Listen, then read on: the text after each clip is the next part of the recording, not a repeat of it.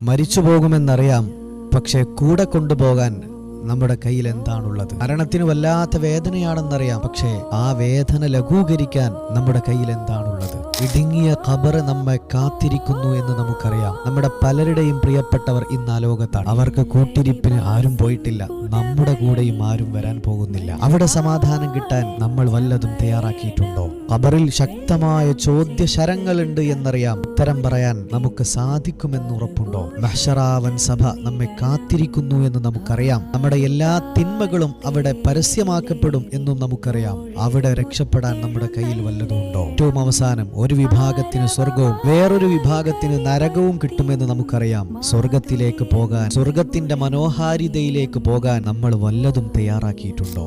വെള്ളലിബാസിൻ പുടവയണിഞ്ഞ് മണവാളൻ ചമയേ